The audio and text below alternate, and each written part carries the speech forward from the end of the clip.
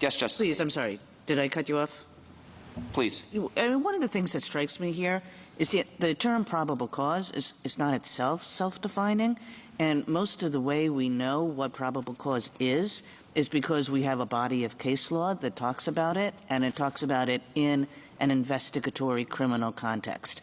And in this context, that way of figuring out whether there's probable cause just disappears because that's not the context we're in.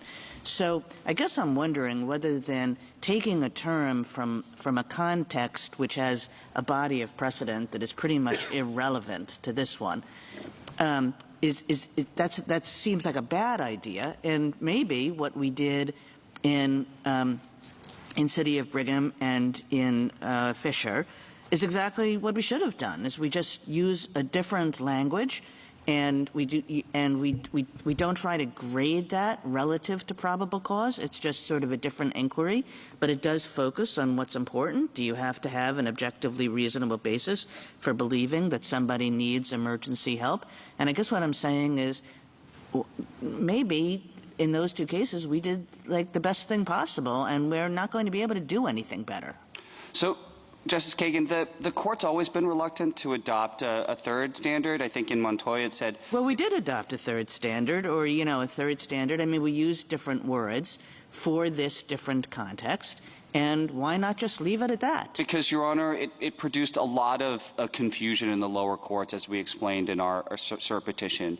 You had a significant number of circuits and states that applied a lower standard akin to reasonable suspicion, like the Montana Supreme Court did here. You had other states that applied a probable cause standard. And we do think that given that this situation is so recurring and that... But why not just say, this is a different context, our probable cause precedents are pretty much irrelevant and can't help us. We think we got the standard right. That doesn't mean reasonable suspicion. Reasonable suspicion is an entirely different thing.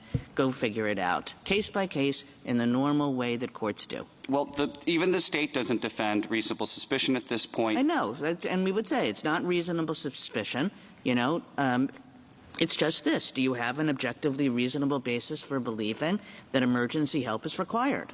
If the court were to reject a reasonable suspicion standard, we would be entitled to a remand even on that ground. But we do think that it would be better, that the better approach is to provide a little more guidance to officers and first responders. And while probable cause hasn't been applied by all courts, it actually has been applied by a significant number of the lower courts.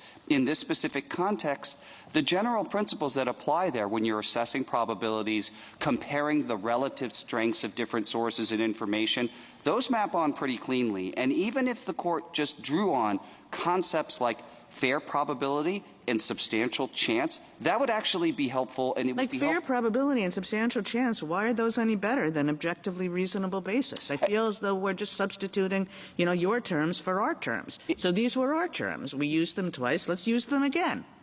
Because reasonable basis to believe, we submit that it lends itself to some standard of certainty, but it doesn't spell it out. And for officers and first responders who are trying to figure out, it's pretty dangerous to go into a house, as the common law sources recognize, as officers express concern about all the time.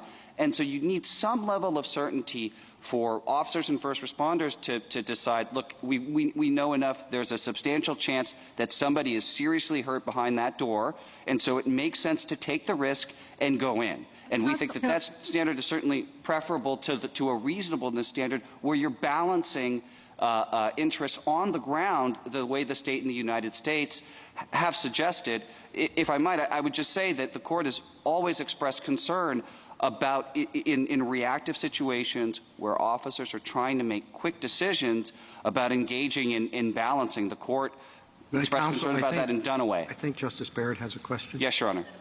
Oh.